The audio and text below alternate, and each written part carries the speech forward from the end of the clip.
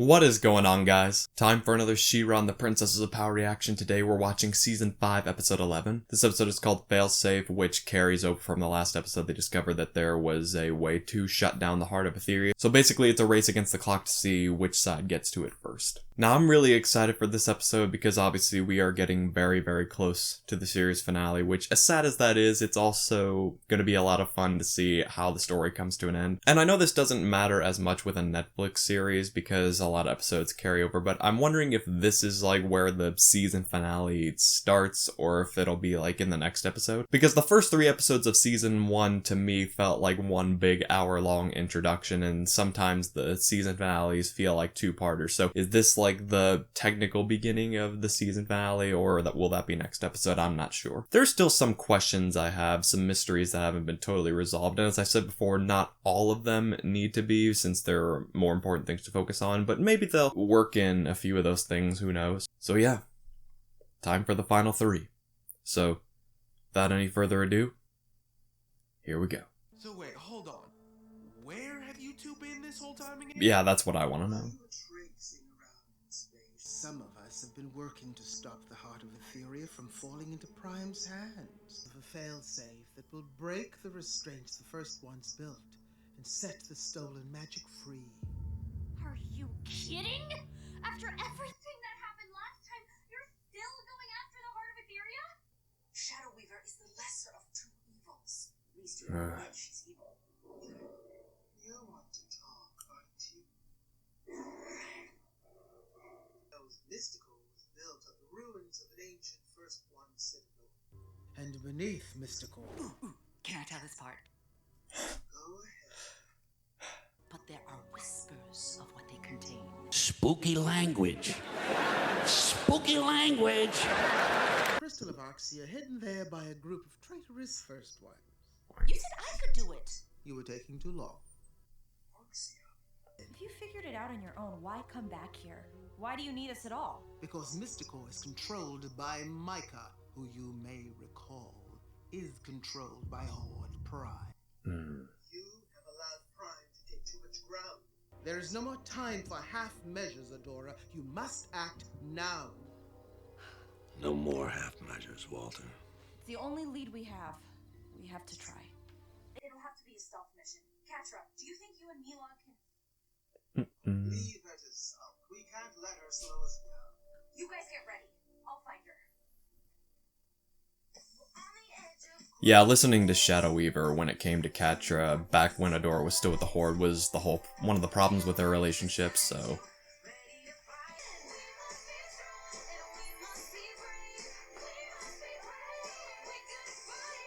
Oh, one less person there.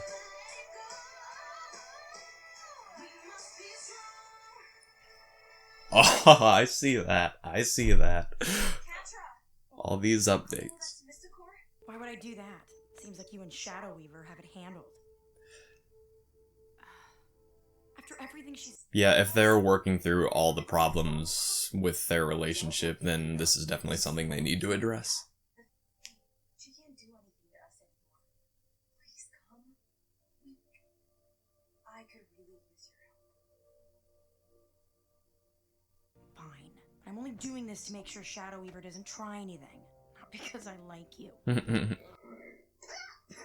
Oh, she doesn't like you. Wink, wink, nudge, nudge, say no more, eh?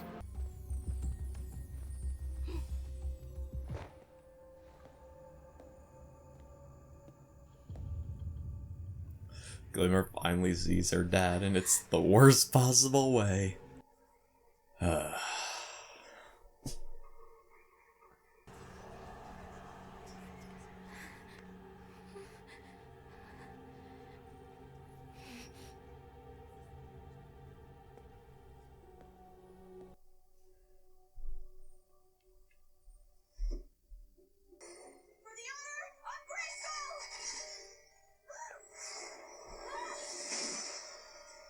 I'm kind of inferring this based on her emotional state, but I wonder if her She-Ra connection has now somehow become connected to Catra, so when something's wrong with one of them, it's gonna go wrong with the other.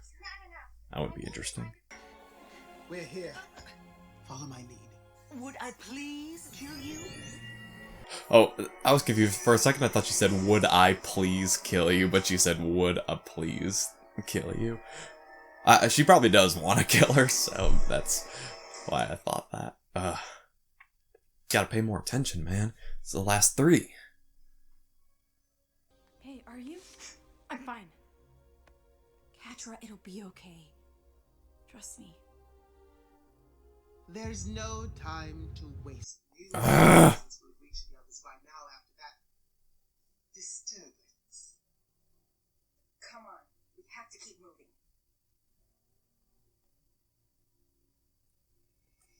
Yeah, Dora's not gonna put up with that shit anymore. We're on the right path. I know I keep bringing this up all the time, but if there was ever a time where Hordak would show up, this is probably it.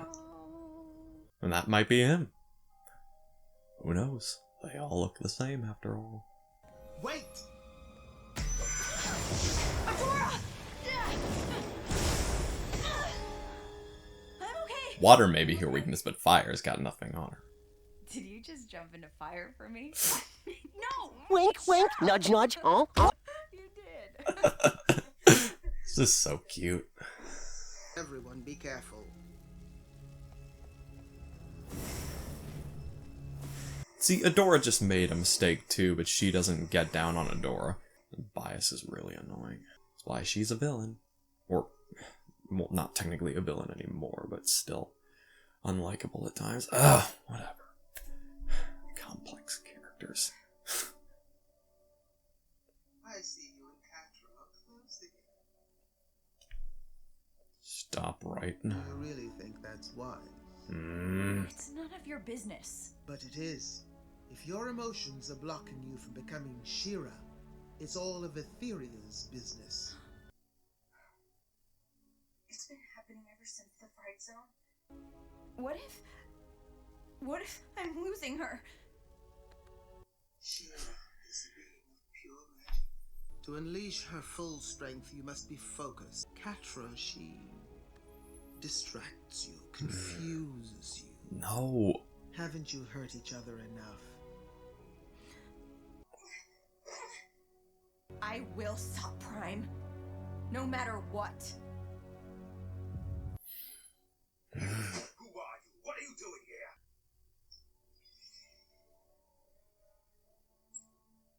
What have you done to me? You do remember me. I knew you would. Get away from her! Swift wind!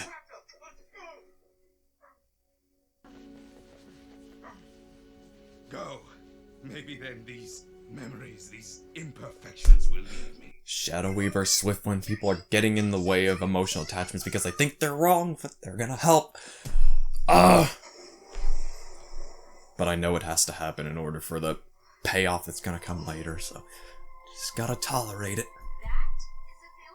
The failsafe must be bonded to a willing soul and carried to the heart of Etheria in their body in order to be deployed.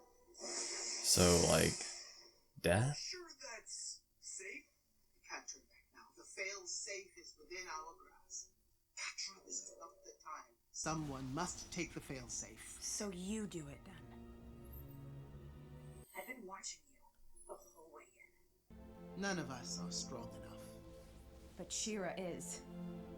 Only She-Ra can hope to survive the process. No one else can do it. I swear, if Adora dies, I'm out. We're out of options. This is the only way. Well, look who it is. ah,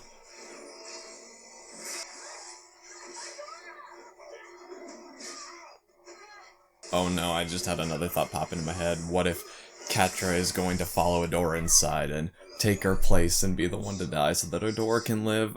I swear if that happens, if anything bad happens to either of them, I am going to...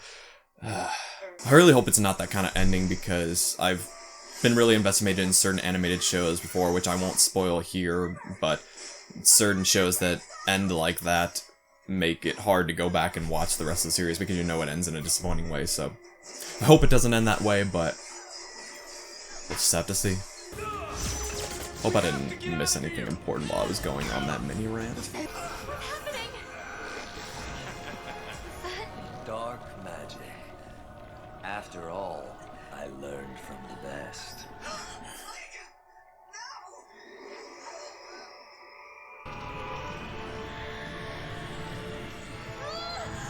Oh no. Oh no. This is bad.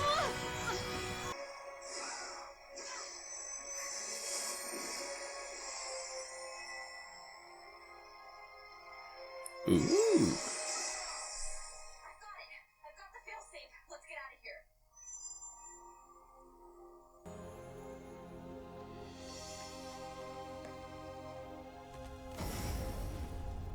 Yeah, she knows that she's gonna have to lose Adora all over again, and she can't handle it.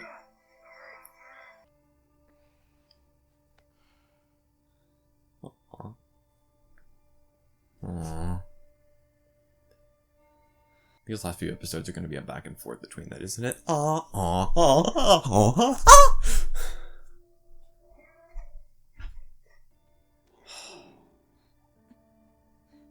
Come on, Catra, don't leave. Catra. I can't do this again, come on. Which is probably what Catra's thinking.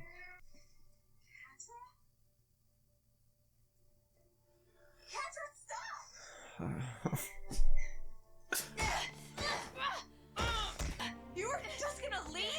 I'm doing you a favor. Oh. I'm a distraction. Reversal. Now you can go save the world without having to worry about me confusing you. Catra, please. Stay. I need you. No, you don't. You never have.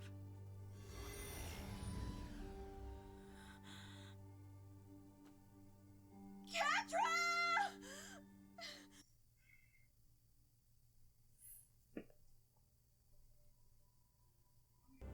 I did what I had to do. What? Keep telling yourself that. I'm going to take the failsafe to the heart, and I'm going to save Etheria. But I am not doing it for you. I'll do everything I can to make sure you never get your hands on the magic.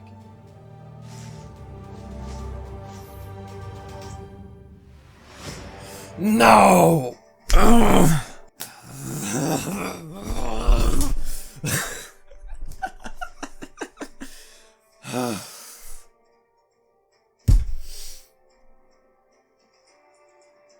I am not okay with this, especially since we only have 2 episodes to go.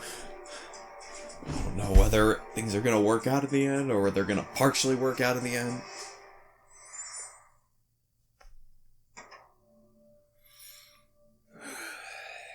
Wow. This is the first time in recent memory when watching this show that I'm actually mad when an episode is over. Not just like, oh, I can't believe they're ending it like that because I can't wait to see what comes next. No, I'm like actually angry over what is happening. Not because I think it's a bad story decision, not because the episode is not well done. Don't get me wrong, it's all done perfectly. I know this is how I'm supposed to be feeling right now. I'm supposed to be fearing that things are not going to work out. I'm supposed to be mad at Shadow Weaver. I'm supposed to be sad that Catra has left because I'm so emotionally invested in all of these characters. I am supposed to be feeling this way right now, but it still sucks that I do.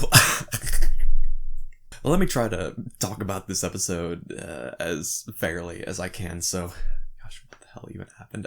So obviously the really interesting conflict was Shadow Weaver being brought back into the mix. She's had plenty of interactions with Catra. She's had plenty of interaction with Adora, but now that they're together again, this is obviously something they need to address because Shadow Weaver is kind of the embodiment of a lot of problems they had. You know, how Adora was treated differently, how it driving a wedge between her and her friendship with Catra, and so it's definitely something I need to address. And I like the theme of this episode, you know, characters being told they need to let go of their emotional attachments in order to do what's right. Both the big example with Shadow Weaver telling Adora that she needs to let go of Catra, and then you got the subplot with Entrapta and Hordak, which, Swiftwind drags her away because he thinks it's not safe. But so both big examples and little examples. Something I'm familiar with, obviously, with Star Wars. It was kind of the theme of the original trilogy, like Jedi are not supposed to have emotional attachments. You gotta put those aside and focus on what's doing. But then at the end, the hero decides, no, my emotional attachment makes me strong. And so that's what's gonna obviously. So I know they're probably gonna do something like that. But I'm also afraid because even when things work out, there's gonna be some kind of consequence to it. Like, I won't spoil. Oh, okay, well, I'm going to spoil something from the series Samurai Jack. If you had never seen Samurai Jack, go watch it. It is a great show, but I'm going to talk spoilers from the final season. If you don't want to be spoiled on that series, go to this point in the videos so you can remain spoiler free on that. But I'm going to talk about something because I feel it's relevant to what's going on here.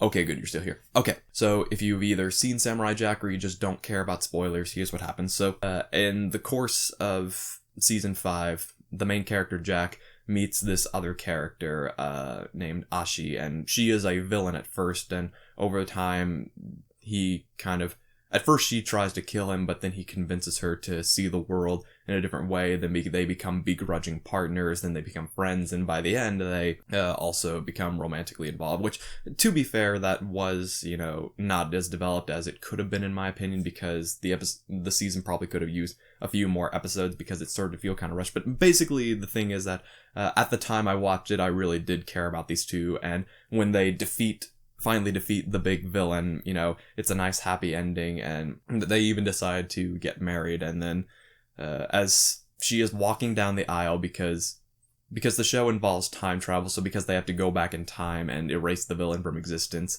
this ultimately means that she can no longer exist. So as she is walking down the aisle, you think everything's going to be a-okay, and then she suddenly falls over, and he goes over to her and he's like, what's wrong? And she's like, well, without Aku, without the future, I never would have existed. And she disappears. And then we have less than 5 minutes after that. Again, kind of because the last few episodes could have used more time to flesh this out. But for, people who are invested in characters and want characters to get a happy ending and really care about, friendships and relationships and things like that, it was kind of a lot to take in at the time, and it automatically makes me more wary of series finales. And it's not just with that show specifically, I just brought it up because it's kind of similar to my fears about what could happen in this series finale. But disappointing series finales in general can kind of taint the rest of the series.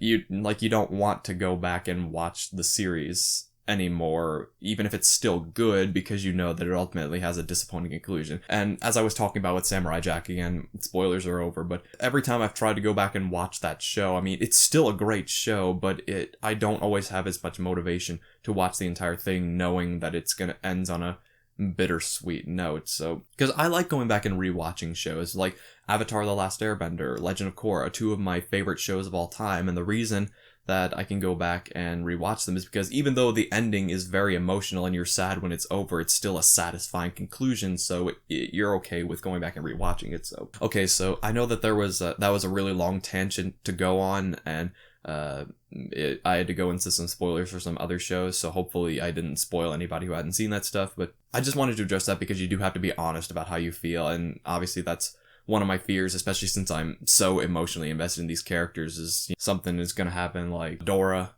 could die, or Catra could come back and then decide to sacrifice herself. So, let's just move on again to the actual episodes. Some other good things I like from this episode, as I said, it was nice seeing Entrapta and Hordak again. I'm curious to see how that's going to work out. A lot of really exciting action on the way to get to this failsafe. Micah, oh my gosh, I feel so bad for Glimmer. She finally sees her dad again after all these years, and he's giving evil Horde Prime motivated speeches and using dark magic and coming really close to killing everyone, which for a second I thought what was going to happen is that his dark magic was going to reach up to Adora while she's in that process, and then he would therefore absorb the magic that she was supposed to get. So that would have been really crazy, but then again, it would have also made things a little more difficult for the next two episodes. So yeah, that's just off the top of my head, that's about all I have to say. I didn't think I would be so upset after watching this episode, but on the bright side, that's going to make me really, really invested in the next 2 episodes. Based on certain images and I've seen online and based on certain pieces of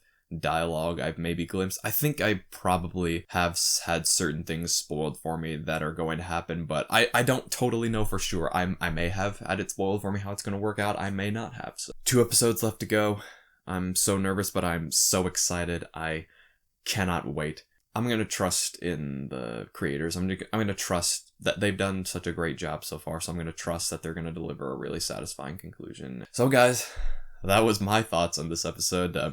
What did you guys think? Feel free to share your thoughts down below. As always, thank you so much for watching, and I'll see you for the next reaction. I can't imagine what they're gonna be like, but all right, I'm just gonna stop there. I'm rambling now. It's gonna throw off how I usually incorporate in the music, but whatever.